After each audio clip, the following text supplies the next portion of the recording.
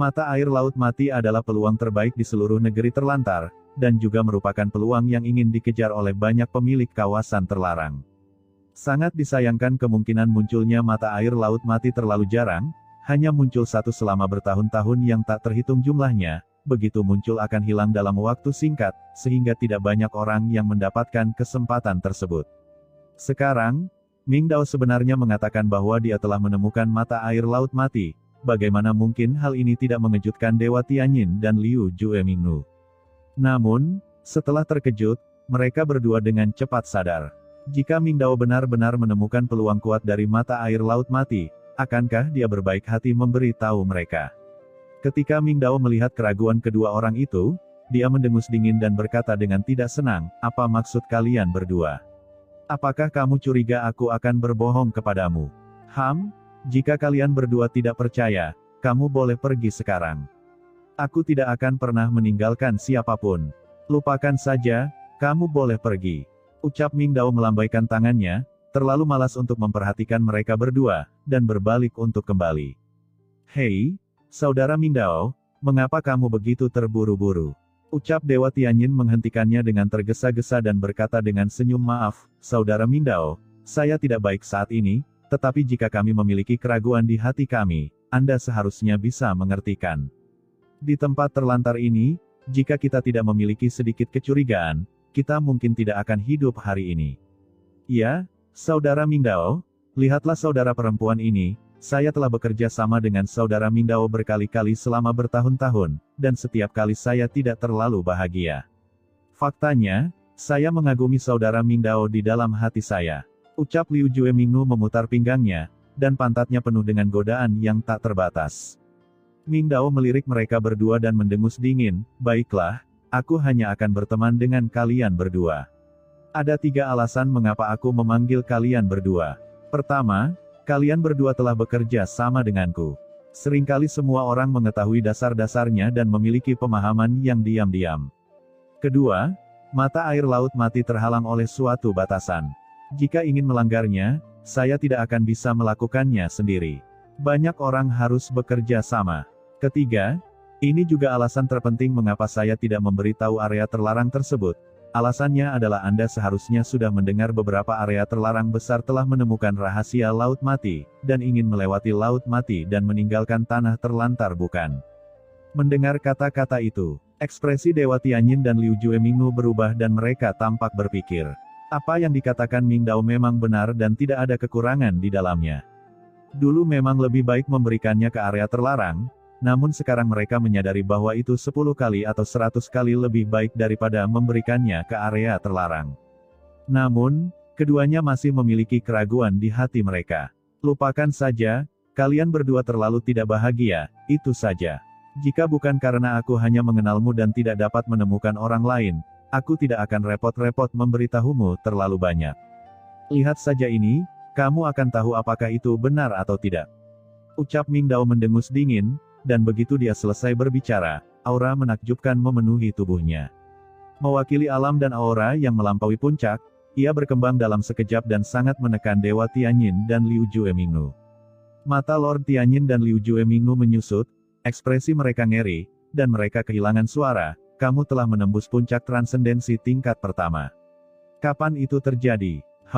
Apakah kamu percaya sekarang?" Ucap Ming Dao mencibir, "Meskipun saya belum sepenuhnya membuka batasannya, saya juga merasakan sebagian kekuatan di mata air laut mati, dan kultivasi saya secara alami telah menembus." Ming Dao memandangnya. Dia melirik mereka berdua, matanya tajam, dan dia berkata dengan bangga, "Terus terang, dengan kekuatanku saat ini, jika aku ingin berurusan dengan kalian berdua, siapa di antara kalian yang bisa menghentikanku? Mengapa menghabiskan waktu ini?" Lord Tianyin dan Liu Juemingnu tidak bisa menahan diri untuk tidak menelan air liur mereka, merasakan kekuatan pedang di Ming Dao yang akan membelah segala sesuatu di dunia, dan diam-diam terkejut. Dewa Tianyin dan Liu Juemingnu tidak lagi memiliki keraguan sedikit pun, dan berkata dengan malu, "Saudara Ming Dao benar-benar murah hati, tetapi kami berpikiran sempit. Saya ingin tahu di mana letak mata air laut mati. Kapan kami harus berangkat?" Keduanya tidak sabar untuk pergi. Ming Dao tersenyum dan berkata, "Jangan cemas, tunggu sampai murid-muridku di lembah pedang berkemas dan berangkat. Tempat di mana mata air laut mati berada memiliki medan yang bagus. Aku akan membangun lembah pedang di sana setelah saya bersiap, dan batasan di sana sangat istimewa, semakin banyak orang, semakin tinggi kemungkinan untuk memecahkannya. Jika kalian berdua bersedia, kalian juga dapat membawa lebih banyak master di bawah komando kalian, sehingga kecepatan menembus batasan akan lebih cepat. Dewa Tianyin dan Liu Juemingnu tercengang, dan tiba-tiba menyadari, tidak heran Daogu ini sepertinya akan memindahkan keluarga mereka. Sekarang setelah mereka merinci Mingdao sepenuhnya, mereka tidak ambigu dan segera mengirim pesan kepada bawahan mereka, meminta mereka untuk segera datang. 2 jam kemudian, ketika Daogu selesai membersihkan, bawahan Dewa Tianyin dan Liu Juemingnu juga telah tiba. Namun, Dewa Tianyin dan Liu Juemingnu tidak memindahkan keluarga mereka seperti lembah pedang, tetapi hanya membawa beberapa ahli top di bawah komando mereka, semuanya adalah orang kuat yang telah mencapai alam transendensi setengah langkah. Saat ini, sekelompok orang tidak ragu-ragu, dan di bawah kepemimpinan Mingdao, mereka menuju mata air laut mati. Dengan kecepatan Mingdao dan yang lainnya, meski kali ini mereka membawa banyak bawahannya, 3 hari kemudian, kelompok mereka akhirnya mendekati mata air laut mati. Saudara Mingdao, bukankah kamu mengatakan bahwa mata air laut mati sudah dekat? Mengapa belum tiba? Berapa lama lagi untuk sampai? Setelah terbang selama 2 jam lagi, Dewa Tianyin berkata dengan cemas. Ya, Saudara Mingdao, kamu bilang hampir sampai 1 jam yang lalu, kenapa itu belum terlihat? Ucap Liu Juemingnu juga tampak waspada. Mingdao tersenyum lembut, jangan khawatir, kalian berdua, ini sudah di depan. Begitu dia selesai berbicara, aura menakjubkan tiba-tiba datang dari depan, dan sosok samar-samar tampak muncul di langit yang jauh. Tidak, seseorang akan datang. Ucap Dewa Tianyin dan Liu Juemingnu wajahnya tiba-tiba berubah. Mingdao mengatakan sebelumnya bahwa mata air laut mati tidak jauh lagi. Mengapa mereka bertemu seseorang saat ini?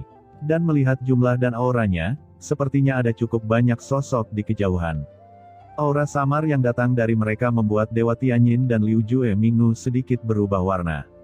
Semuanya waspada. Ucap Mingdao juga berubah warna di permukaan, tetapi hatinya sangat tenang, karena dia tahu betul bahwa orang yang datang ke sini saat ini pastilah Sagui. Namun saat melihat wajah pengunjung tersebut, ekspresi Mingdao tiba-tiba berubah. Dia melihat kerumunan di depan sangat besar dan padat. Ada sekitar 8 master transenden di depan, dan Sagui ada di antara mereka. Pemimpin di antara mereka mengenakan baju besi api hitam, dengan ekspresi arogan di wajahnya. Energi kematian yang tak ada habisnya memenuhi tubuhnya, seperti api hitam yang menyala-nyala, menghanguskan dan menggetarkan kehampaan. Nafas yang keluar membuat Mingdao sulit bernapas, dan dia mendapat ilusi bahwa jiwanya akan terbakar bersamanya. Adapun Sagui, dia berdiri dengan hormat di belakang orang ini, seperti seorang pelayan.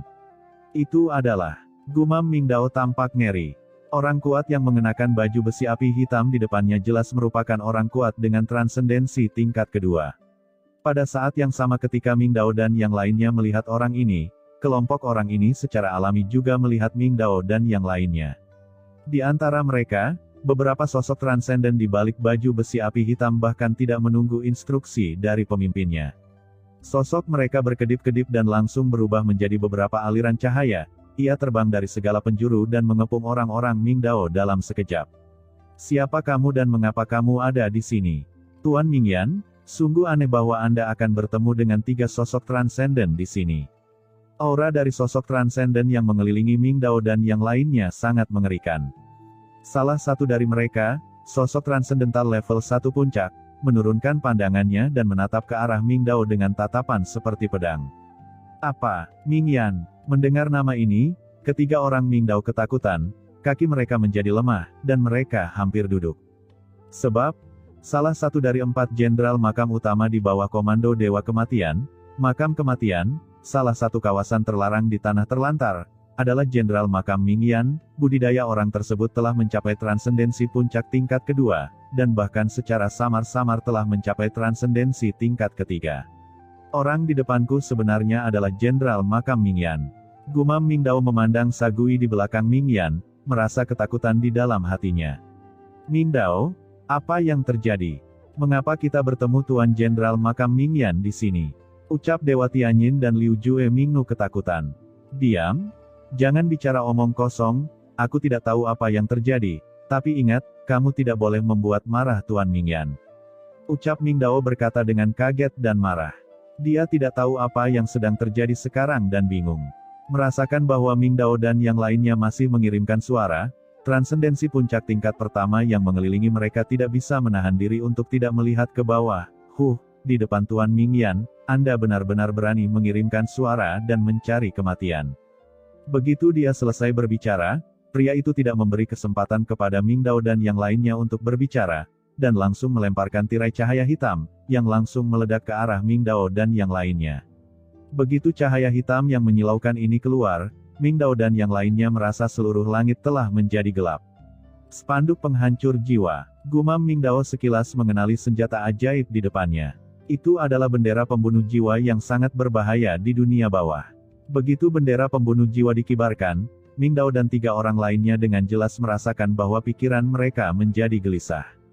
Ini jelas merupakan spanduk penghancur jiwa yang transenden, jika tidak, maka efek ini tidak akan terjadi. Melihat spanduk penghancur jiwa menyapu ke arah mereka, ekspresi ketiga trio Ming Dao segera berubah. Pada saat ini, mereka tidak lagi peduli mengapa pihak lain muncul di sini. Sumber dunia bawah di tubuh mereka meledak dalam sekejap. Aura mengejutkan meletus dari mereka bertiga pada saat yang sama. Menghadapi serangan transenden dari master tingkat pertama ini, Dewa Tianyin dan Liu Jue Mingnu tidak berani menahan sama sekali, dan segera menggunakan senjata terkuat mereka untuk memblokir serangan itu. Energi jahat yang tak ada habisnya melonjak dari tubuh Dewa Tianyin. Dia langsung mengeluarkan lonceng berwarna hitam pekat dengan tanda aneh mengalir di atasnya. Begitu lonceng muncul di antara langit dan bumi, itu mengeluarkan suara gemerincing. Aura jiwa-jiwa yang penuh kebencian memenuhi udara dalam sekejap, bertabrakan dengan aura jiwa-jiwa yang penuh kebencian memenuhi langit. Di tangan Liu Jue Mingnu, cambuk tulang yang benar-benar hitam muncul. Cambuk tulang itu disambung dari tulang belakang. Jelas sekali, itu merupakan tulang punggung orang kuat. Cambuk tulang diayunkan dengan keras, kehampaan itu membuat suara gemuruh yang mencengangkan. Suara menderu terus-menerus menyapu energi jiwa-jiwa di sekitarnya. Tetapi kekuatan panji penghancur jiwa sangat mengerikan. Tidak peduli bagaimana mereka melawan, energi tak berujung dari jiwa-jiwa menyebabkan pemikiran tak berujung muncul di benak Tianyin Shenzun dan Liu Jue Mingnu. Seolah-olah dia akan menjadi mangsa panji penghancur jiwa. Di belakang mereka berdua, banyak daugu dan bawahan yang mereka bawa semuanya melolong. Tubuh mereka hancur sedikit demi sedikit, dan jiwa mereka ditelan oleh panji penghancur jiwa. Melihat Tianyin Shenzun dan Liu Jue Mingnu akan kehilangan kendali, tiba-tiba suara pedang yang keras bergema di seluruh dunia. Ming Dao mengaum, dan aura transendensi yang mengerikan naik ke langit. Saat aura transendensi naik ke langit, pedang dunia bawah yang hitam pekat langsung melayang di antara langit dan bumi. Pedang dunia bawah ini mencapai langit dan menembus langit. Memancarkan aura dunia bawah yang menakjubkan, ia langsung menebas dengan keras aura jiwa-jiwa yang tak terhitung jumlahnya yang tersapu oleh bendera penghancur jiwa. Kedua kekuatan bertabrakan, menciptakan raungan yang mengejutkan dalam sekejap. Ki jiwa yang tak terhitung jumlahnya sepertinya disengat oleh sesuatu yang panas, dan mereka mengeluarkan jeritan yang melengking, tersebar satu demi satu, dan kembali ke bendera. Jiwa, di bawah pengaruh seperti itu, Tianyin Shenzun dan Liu Jue Mingnu mundur satu demi satu, mengeluarkan seteguk hitam, dan melihat ke depan dengan ngeri. Pada saat ini, mereka berdua diliputi kepanikan. Jika Ming Dao tidak mengambil tindakan untuk melawan bendera penghancur jiwa, mereka akan terluka parah oleh serangan bendera penghancur jiwa, dan bahkan jiwa mereka akan hancur. Keduanya menutupi dada mereka dan tiba di belakang Ming Dao dalam sekejap, tampak ketakutan. Ketika dia melihat bahwa Ming Dao telah menahan serangan spanduk penghancur jiwa, wajahnya menjadi gelap. Dia memandang Ming Dao dengan tatapan muram, jelas tidak percaya bahwa seorang kultivator biasa dapat menahan serangannya. Menarik, saya tidak menyangka di antara kalian bertiga kultivator biasa dan kultivator hantu, ada satu yang telah mencapai tingkat puncak transendensi. Pantas saja Anda begitu berani. Ucap Master Transendensi puncak tingkat pertama mencibir, dan dia mengambil langkah maju. Bendera penghancur jiwa di atas kepalanya melonjak lagi, dan aura jiwa yang lebih mengerikan dari sebelumnya terus bergulir, dan itu akan tersapu kapan saja. Setelah melihat ini, ekspresi Ming Dao berubah, dan dia buru-buru melangkah maju dan memberi hormat. Tuan, kami bertiga adalah Ming Dao dari Lembah Pedang, Dewa Tianyin dari Gunung Tianyin, dan Liu Jue Mingnu dari punggung Bukit Liu Jue. Setelah mendengar tentang nama Tuan Mingyan, saya selalu mengaguminya, dan saya tidak akan pernah berani menyinggung perasaan Anda, Tuan, dan meminta Anda memberi kami jalan keluar. Oh, saat ini, Lord Mingyan berjalan perlahan. Setiap kali dia melangkah, nyala api hitam yang menakjubkan muncul di bawah kakinya. Dalam beberapa langkah, dia sudah sampai di depan Ming Dao dan yang lainnya. Nafas api penghancur dunia yang mengerikan menyapu, dan ketiga orang Ming Dao merasa seluruh tubuh mereka terguncang, seolah-olah mereka ditekan oleh gunung yang menakutkan. Tianyin Shenzun dan Liu Jue Mingnu berada dalam suasana yang begitu menakutkan. Tepat di bawah nafas ini, keduanya tidak dapat bertahan, keduanya berlutut dengan keras, sementara Ming Dao memandang pihak lain dengan ngeri, tetapi tubuhnya bertahan erat.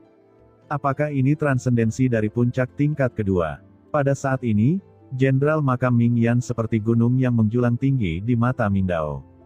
Dia merasa pihak lain dapat membunuhnya dalam sekejap, tanpa perlawanan sama sekali.